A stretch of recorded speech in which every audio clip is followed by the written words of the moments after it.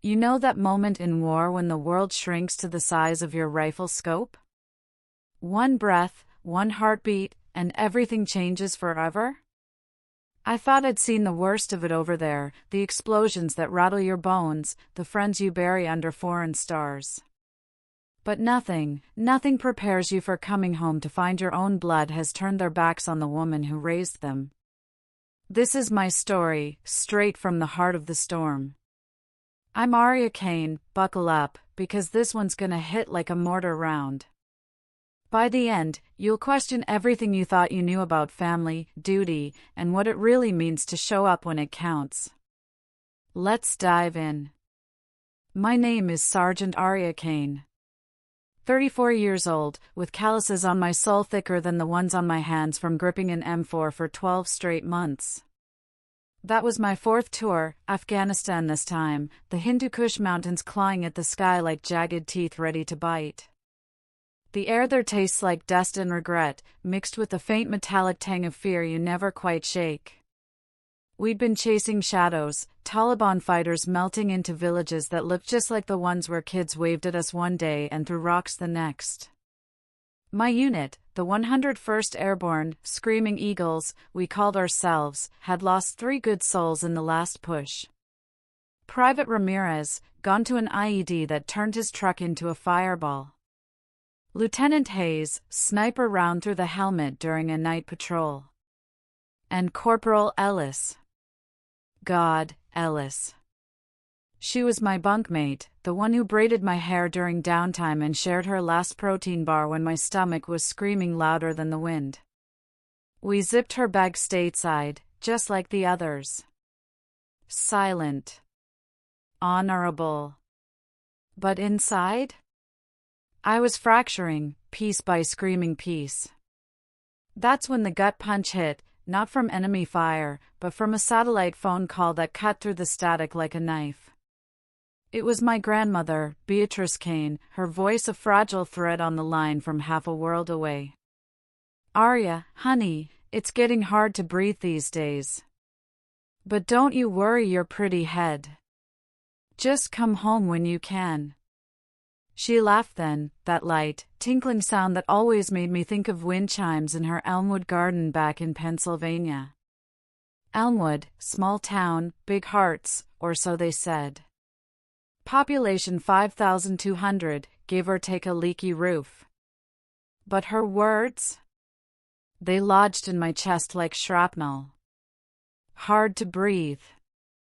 And she was brushing it off like it was just another autumn chill. I hung up, stared at the canvas tent wall flapping in the Afghan breeze, and made a decision right there in the dim glow of my headlamp. No announcements. No heroic welcome home parades or filtered Instagram posts with American flags waving in the wind. I'd seen too many of those turn hollow, soldiers returning to fanfare that faded faster than the ink on a discharge paper. No, this time, I was coming back like a ghost. Unseen. Unheard. My CO signed off on the emergency leave without questions. He'd lost enough daughters to this war to know, and a soldier's eyes said personal op. I handed in my gear, boarded that C-17 Globemaster at Bagram, and lifted off into the black sky. 24 hours of recycled air, bad coffee, and memories replaying like a busted reel, the crack of gunfire echoing off canyon walls, the way Ellis's laugh could cut through a sandstorm, the letters from Beatrice I'd tucked into my flak jacket like talismans. Keep your head down, but your heart up, she'd write in her looping script, always ending with a pressed violet from her flower beds. By the time the wheels touched down at Philly International, jet lag had me feeling like I'd been dragged through hell backward. Rain slicked the tarmac, turning the world into a blurry watercolor of neon signs and honking taxis. I rented a beat-up Ford Focus, nothing flashy, just enough to blend into the Pennsylvania suburbs, and punched Elmwood into the GPS. 2 hours north, past cornfields bending like weary soldiers in the downpour, past the Delaware River turning dark and restless. The closer I got, the heavier my rucksack felt, not from the weight of my civvies and dog tags, but from the unspoken dread coiling in my gut. Beatrice had sounded off, weaker than her usual firecracker self. At 82, she'd outlived Grandpa Walter by a decade, battled a stroke 2 years back that left her right side limp, but never her spirit. She was the one who'd pinned my first brownie badge, taught me to shoot a .22 in the backyard woods, whispered stories of Walter's Pacific Theater days over chamomile tea. "Duty isn't just orders, Arya," she'd say, her eyes sharp as bayonets. "It's showing up, rain or shine, bomb or no bomb." The sun was dipping low when I rolled into Elmwood, painting the sky in bruised purples and oranges. Our family home, well, her home now, sat at the end of Maple Lane, a 2-story Victorian with gingerbread trim peeling like old paint chips and a wraparound porch that had hosted every milestone worth remembering. Birthdays with store-bought cakes and homemade frosting fights. 4th of July sparklers that lit up the night like friendly fire. The night Grandpa came home from Iwo Jima, missing half his left hand but whole in every way that mattered. I killed the engine at the curb, boots squelching in puddles as I slung my bag over one shoulder. The porch light was out, first red flag, waving lazy in the wind. Beatrice always left it blazing, a beacon for wanderers like me. I climbed the steps, knuckles rapping sharp against the oak door. "Grandma? It's Arya. I'm home." Silence. Thicker than the humidity clinging to my skin. I fished out the spare key, the one Walter had pressed into my palm at 13, his gnarled fingers steady despite the missing digits. "This house is yours too, kiddo. Blood or no blood." The lock tumblers clicked like reluctant soldiers falling into line, and I pushed inside. The foyer hit me like a wall, stale air, heavy with the scent of unwiped counters and unspoken grief. Not filth, Beatrice would never abide mess, but emptiness. A void that echoed my footsteps on the faded Persian rug. "Grandma? Beatrice Kane, where are you hiding?" My voice cracked on the last word, half joke, half prayer. I flicked on the hall light, its bulb buzzing faintly like a dying firefly. Living room first, pristine, as always. Doilies starched stiff on the armchairs, Walter's navy portrait gazing down from the mantel with that stern, knowing stare. The TV remote aligned perfectly on the coffee table, beside a half-read Danielle Steele novel dog-eared at chapter 12. No dust bunnies, no takeout boxes. Just absence. Kitchen next. The heart of the house, where she'd whip up apple dumplings that could make a Marine weep. Sink empty, counters gleaming under the fluorescent hum. A single coffee mug in the drainer, her favorite, chipped from that time Ethan, my little brother, had flung it during a toddler tantrum. Ethan. God, when was the last time he'd called? Christmas? No. Thanksgiving last year, and even then, it was a text, "Turkey looks bomb, Gram. Miss ya." I shook it off, moved to the back door. Her garden clog sat sentinel, caked in mud from the roses she babbied like grandchildren.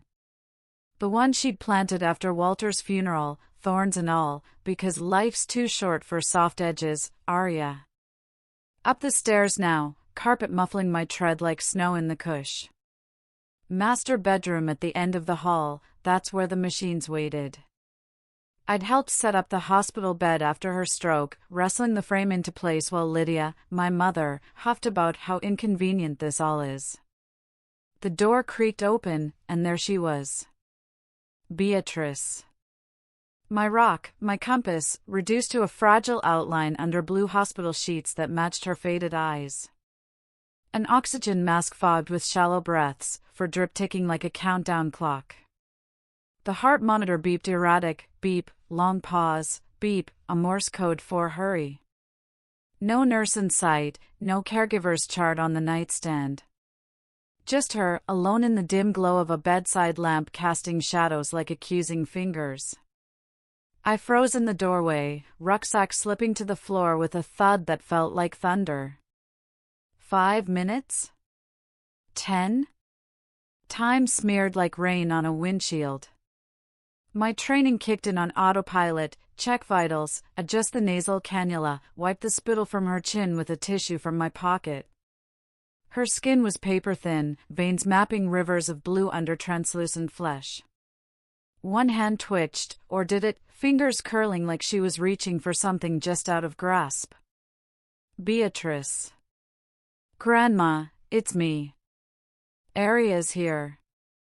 I made it back. Whispered words, laced with the salt of unshed tears. She didn't stir. No flutter of lashes, no squeeze of my palm. Just the hiss of oxygen, mechanical and merciless. That's when the rage flickered, not hot, but cold, the kind that forges steel in a foxhole. Where was everyone?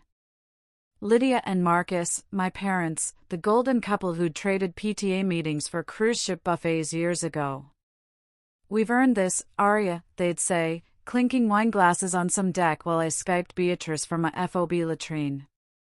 Earned what? Freedom from the woman who'd wiped their fevers, bandaged their knees, poured her pension into their college funds? I pulled out my phone, thumb hovering over contacts. No missed calls. No voicemail stacking like ammo crates.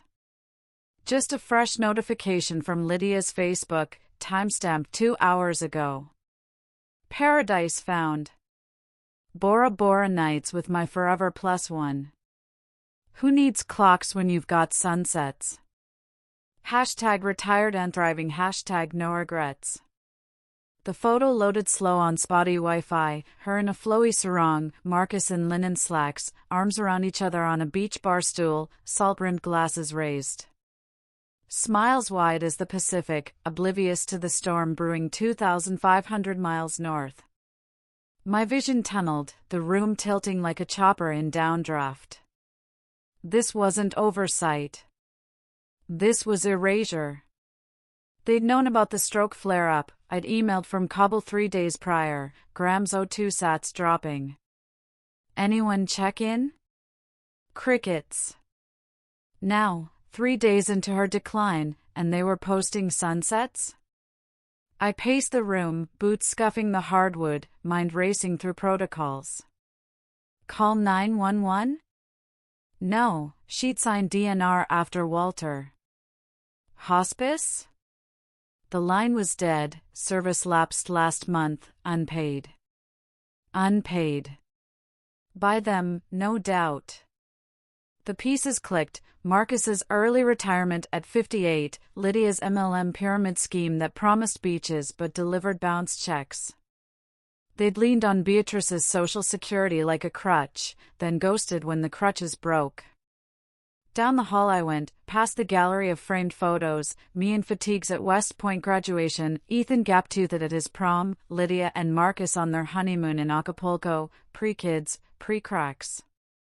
Walter's study last, the sanctum sanctorum where he'd balanced ledgers by lamplight, navy cap perched on the coat rack like a watchful sentry. The safe squatted in the corner, black iron behemoth with a dial that gleamed under dust. He'd shown it to me once, after my first deployment, bourbon in hand, voice gravelly from chain-smoking camels. Aria, families are like platoons. Some fight for the man next to them. Others, they frag their own when the going gets tough. His eyes had darkened then, flicking to a faded snapshot of Marcus at 18, all swagger and no substance. If it comes to it, if they bail when she needs them, this is your fallback. Code's your service number. Trust no one else. I knelt, fingers steady despite the tremor in my chest, spun the dial, 0-4-1-7-9-2. Click. The door swung open on oiled hinges, exhaling the scent of old paper and gun oil. No stacks of cash, no bearer bonds like the neighborhood kids whispered about. Just a manila envelope, thick as a field manual, my name scrawled in Walter's block letters, Aria Kane, for your eyes only. I slid it open with my thumbnail, heart hammering like rotor blades. 4 pages. The first 3, crisp legal vellum, notarized in Harrisburg 2 years back. Last will and testament of Walter Edmund Kane. World War II vet, Purple Heart, father to a son who'd traded foxholes for foreclosures. The language was surgical, no frills. In the event of my incapacity or passing, or that of my beloved wife Beatrice, should my son Marcus and/or his spouse Lydia fail to present themselves physically within 12 hours of notification of said event, they shall forfeit all rights to inheritance, monetary or material. Said assets, including but not limited to the residence at 142 Maple Lane, Elmwood, Pennsylvania, liquid accounts totaling $847,000, and personal effects, shall transfer forthwith to my granddaughter, Sergeant Aria Kane, United States Army. Sole executor, Gregory Hale, ESQ. 12 hours. I cross-checked the hospice log later. Beatrice's O2 had tanked at 1,400 hours, 3 days prior. Notification via automated alert to family emails. They'd seen it. Dismissed it. And presence? Walter's footnote burned. Presence is the ultimate currency of kin. Not words, not wires, not wishes. Boots on the ground. Bedside vigils. That's honor. The 4th page, handwritten in faded blue ink, Aria girl, if this is in your hands, they chose pina coladas over pills and prayers. Don't second guess. Don't soften.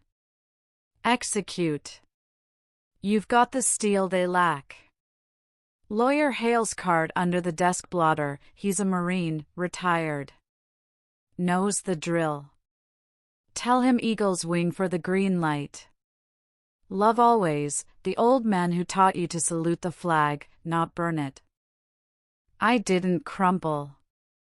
Didn't dissolve. I unfolded like a bayonet, sharp and sure. The blotter lifted easy, revealing a business card yellowed with age. Gregory Hale, attorney at law. Cell scrawled beneath. I dialed, rain pattering the window like impatient fingers. Second ring, Hale. Mr. Hale, Sergeant Aria Kane. Eagle's wing. A pause, then a low chuckle like distant thunder. Walter's ghost finally called in the chit. What's the sit rep? Beatrice is end stage. Alone. Parents in Bora Bora, posting selfies. 3 days past the window. Copy that. Trigger clause activates on your say-so. Fax the hospice confirmation, I'll file probate motion by dawn. You hold the line, I've got the flanks. They're gonna come howling. Let M. Walter built this for the wolves. You just be the gatekeeper. Click. I pocketed the phone, sank into Walter's leather chair, cracked but solid, and let the house settle around me. Rain drummed a requiem on the roof, thunder rumbling like artillery in the distance. The monitor down the hall kept its vigil. Beep, pause, beep. I closed my eyes, letting the memories flood in, unbidden but unrelenting. Because to understand the knife twist, you have to go back, way back, to when family wasn't a battlefield. Picture this, Elmwood, summer of '98. I'm 8, all knees and elbows, the tomboy who climbed trees faster than any boy on the block. Lydia and Marcus were already drifting then, career parents, they called it. Dad flipping condos in the '90s boom, Mom climbing the ladder at some pharma rep gig that had her jetting to conferences in Vegas. Home was a revolving door, microwave dinners, babysitters named Tiffany who scrolled Cosmo while I did homework alone. But weekends? Sanctuary. Beatrice and Walters. The drive was 30 minutes of cornfields and classic rock on the radio, Walter humming Sweet Caroline off-key, Beatrice packing a cooler with PB&Js and lemonade in thermoses shaped like elephants. Their porch swing creaked like an old friend's hello, and I'd barrel inside, straight to the kitchen for hugs that smelled like lavender soap and fresh-baked bread. Beatrice was a force, 5'2" of unyielding grace, silver hair pinned in a chignon that never slipped, even during her famous pie-baking marathons. "Aria Kane, what mischief you bring today?" she'd tease, flour dusting her apron like battle dust. Walter, the quiet anchor, would ruffle my hair from his recliner, newspaper folded just so. "Heard you aced that spelling bee, trooper." "That's my girl," words as weapons. Those days blurred into a golden haze. We'd weed the garden together, Beatrice naming each bloom like old comrades. "This here's marigold, tough as nails, that one's violet, shy but steadfast." Walter taught me chess on the back patio, his missing fingers no hindrance to checkmating me every time. Strategy, Aria. See the board 3 moves ahead. Family's the same, anticipate the feints. Evenings, stories by firefly light, his amphibious landing at Guadalcanal, the mud sucking at boots, the fear that tasted like battery acid. Her war was quieter, ration books, victory gardens, letters to a sailor husband she prayed home.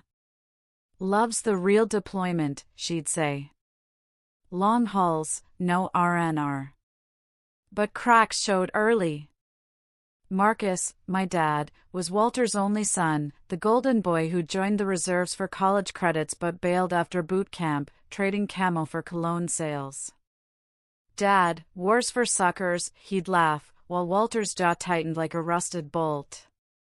"Lydia?" Charming viper, all smiles and shoulder pads, whispering about escaping this podunk town while Beatrice bit her tongue bloody. They'd visit less as Ethan and I grew, excuses piling like sandbags, closing on a flip, client dinner, jet lag's a beast. By high school, Beatrice was our constant, driving me to ROTC drills at dawn, sewing Ethan's prom tucks when money got tight. Walter's pension stretched thin, propping up Marcus's investments that always tanked. I enlisted at 18, West Point bound on a full ride. Beatrice cried at the swearing-in, proud tears that soaked my dress blues. "You'll make us all shine, lamb." Walter saluted, crisp as Pearl Harbor. "Duty calls." Answer true. Deployment 1, Kuwait, logistics hell. Sandstorms that blinded, heat that cooked you from the inside. Letters from home, Beatrice's weekly dispatches, Ethan's doodles of tanks, Lydia's postcards from spa retreats, thinking of you. XOXO. Marcus? A check for laundry, nothing more. Tour 2, Baghdad. Urban grind, house to house, the kind where trust is a luxury you can't afford. IEDs waiting like buried grudges. I lost my first squadmate there, Specialist Torres, 22, from Queens. We buried him under a sky too blue for mourning. Beatrice's package arrived mid-grief, socks knitted tight, a locket with her photo inside. For when the nights get long. Remember, home's not a place. It's people. That's when the calls started dropping. Lydia's voicemails, "Aria, honey, Graham's forgetting things. We can't just drop everything." Marcus, she's tough. Like you. Tough. As if resilience was an excuse for radio silence. Walter's stroke came tour 3, massive, left him bedbound for months. I flew leave, held his hand through the haze. "Knew you'd come, trooper," he rasped. Beatrice? Stoic steel, nursing him with soups and stories. But Marcus? One weekend visit, then work crunch. Lydia sent flowers that wilted before he did. Walter passed in 22, quiet as a flag folding. Funeral packed Elmwood First Methodist, vets in crisp whites, neighbors with casseroles stacked high. Marcus eulogized, "Dad was a hero. Taught me everything about providing. Providing. As if checks cleared karma." I caught Beatrice later, folding his uniforms for donation. "He worried about you kids, Arya. Said blood's thicker than oil, but only if you refine it." Her eyes held oceans then, unshed storms. Post-stroke for her, the house became fortress. We installed the bed, monitors, a chair for vigils. I video called from FOBs, Ethan texted memes from college. Parents? Hospice handles it, Lydia said, booking a wellness cruise. Marcus, equity's tight. Can't swing flights. Equity. Their McMansion in Cherry Hill, pool included, bought with Walter's loan that never got repaid. And now? Here I sat, in his chair, envelope burning in my lap. The will wasn't vengeance, it was justice, cold as a court-martial. Walter had seen the attrition, the slow bleed of neglect disguised as me time. He'd planned for the abandonment, because love without presence is just a pretty lie. The storm broke at 22 hours. My phone, silenced but vibrating like a grenade pin, lit the study in staccato blue. 9 notifications, 5 from Lydia, 3 from Marcus, 1 from Ethan, the prodigal brother, suddenly saintly. I ignored them, rose, checked Beatrice. Still breathing, shallow, but stubborn. I pulled the rocking chair close, took her hand. Cool, but familiar. I'm here, Graham. No more solos. Her fingers didn't curl, but in my mind, they did. Stories poured out then, unfiltered confession to the dark, the time in Helmand where a village elder gifted me a carpet woven with prayers, the way Ellis sang off-key to keep us sane during monsoons. Beatrice's greatest hits, teaching me to drive stick in the church lot, her scandalous gin fizzes at Walter's retirement party. Ping. Voicemail. Lydia's voice, slurred with panic and piña coladas, Arya? The hospital called, your grandmother, oh God, why didn't you tell us? We're booking flights, but Bora Bora flights are a nightmare. Call me back. This is insane. Insane. As if her timeline mattered more than Beatrice's pulse. Another, Marcus, background island drums blaring. Sweetie, Dad's will? What the hell? Gregory Hale's stonewalling us. Says something about a clause. You there? Pick up. Ethan's text, sis, WTF? Mom's freaking. Graham okay? Coming home ASAP. ASAP. From his loft in Brooklyn, where family meant holiday cards via Etsy. I typed back, fingers flying, she's not okay. Hasn't been for days. Where were you? Dots danced. Ick, busy. Semester crunch. You home? Been here 90 minutes. You're late by 72 hours. Silence. Then, harsh. We'll talk when I land. I powered down, refilled Beatrice's water, though she couldn't sip, adjusted the blanket over her legs. The rain eased to a drizzle, moonlight slicing through clouds like search beams. Flashback reel spun again, Christmas 15, my third leave. Elmwood blanketed in snow, Walter stringing lights despite numb fingers. Lydia and Marcus arrived late, gifts wrapped in haste. Traffic, they lied, reeking of airport bourbon. Dinner tense, Marcus griping stocks, Lydia scrolling Zillow for dream pads. Beatrice bridged gaps with grace, pass the ham, dear. Arya, tell us about that medal. My Bronze Star for pulling 2 wounded from a burning Bradley. They nodded, impressed for a beat, then back to screens. Post-dinner, Walter pulled me aside in the garage, tools gleaming on pegboards. They're drifting, kid.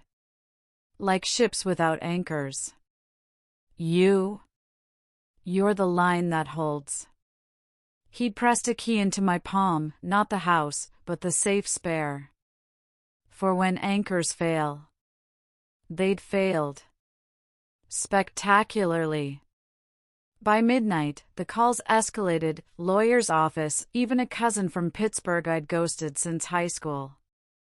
Heard about the will. Crazy. Your folks deserve better. Deserve. As if desertion earned dividends. Dawn crept in gray and grudging, painting the walls in watery light. Beatrice's breath shallowed further, rattle now, the death gurgle docs warned about. I called Hale at 0600. Status? Filing complete. Probate judge greenlit on emergency. Assets frozen pending your acceptance. They'll contest, but Walter dotted eyes. Ironclad. And her? Beatrice? Hospice ETA 1 hour.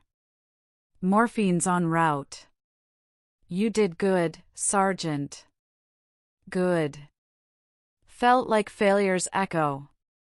The nurse arrived at 0630, Maria, compact and kind-eyed, Filipino accent wrapping comfort like a shawl. Family? She asked, hooking up the drip. Just me.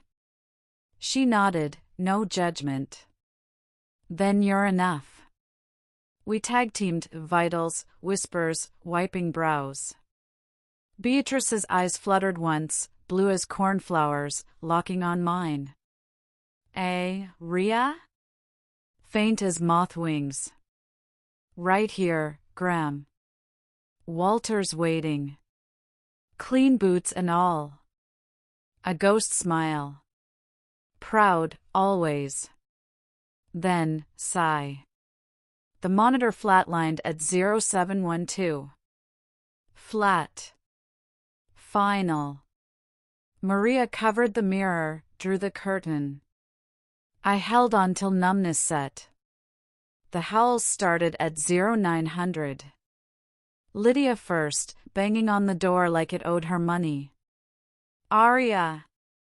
Open up. This is our house. I let her in, uniform still on, a barrier of olive drab. She barreled past, Marcus trailing, hungover and harried in rumpled polos. Ethan last, bleary from red-eye, backpack slung like surrender. The living room became Coliseum, accusations flying like frag grenades. Lydia, mascara streaked, how could you? Triggering that trap? Your grandfather was spiteful, but you? Blood, Aria.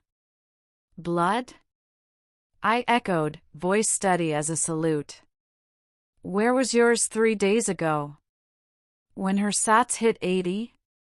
When she coded alone at 2 a.m.? Marcus jumped in, red-faced, we were vacationing.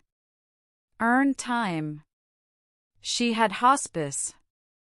Hospice doesn't hold hands. Or sing hymns. Or say goodbye. Ethan, sidelined, sis, chill. We can fight this. Lawyer up. Graham wouldn't want. Wouldn't want what? Us fractured? She saw it coming. Walter too. I slid the will across the coffee table, pages fanning like a bad hand. They devoured it, faces paling with each clause. This is blackmail. Lydia shrieked. Presents? What does that even mean? We loved her. Love's action, not alibis. You chose Bora Bora over crisis. Posted sunsets while she suffocated. Marcus paced, fists clenched. We provided. Paid bills, fixed the roof. With her money. The pension you borrowed. The IRA you drained. Hale had emailed ledgers overnight, discrepancies stark as boot prints in mud. Ethan tried bridge. Look, inheritance is nice, but family isn't a Facebook filter. It's presence. You ghosted her birthday, at 6 months no call. Now you're here for the deed? Lydia collapsed on the sofa, sobs theatrical. We were scared. Cancer runs, what if we lost her too? Scared? My laugh bitter as quinine. I faced RPGs in Kandahar. Fear's a choice. You chose denial. The argument spiraled, Marcus threatening suits, Lydia guilting with baby photos, Ethan mediating with half apologies. I stood sentinel, Walter's words armor, don't negotiate. Hale arrived at noon, briefcase in hand, marine bearing unmistakable. Counsel for the estate. Signatures, Sergeant? They erupted. You can't. Thief. Ungrateful brat. Hale's voice cut clean, Will stands. Contesting? Be my guest. But discovery reveals irregularities. The ledgers again, unrepaid loans, forged signatures. Their empire, built on Beatrice's back, crumbling. By 1400, defeat settled. Marcus deflated, what now? Now? You learn. Visit graves. Mend fences. Or don't. But this house. It's sanctuary for those who showed up. They slunk out, tails tucked, Lydia's glare promising war, Marcus muttering settlements, Ethan hugging awkward, sorry, sis. Call me? Door clicked shut. Silence, sweeter now. Weeks blurred into healing's haze. Probate swift, $847,000 liquidated to trusts, scholarship for Elmwood Vets kids, hospice wing named Beatrice's Haven, the house mine, mortgage-free. I sold the McMansion plot, banked for my post-army life, counseling, maybe, turning scars to stars for other warriors. Lydia called once, voice small, therapy. We're trying. Marcus sent a check, partial repayment. Ethan visits now, weekly coffees, sharing laughs over Beatrice's recipes. Progress? Fragile as ceasefire.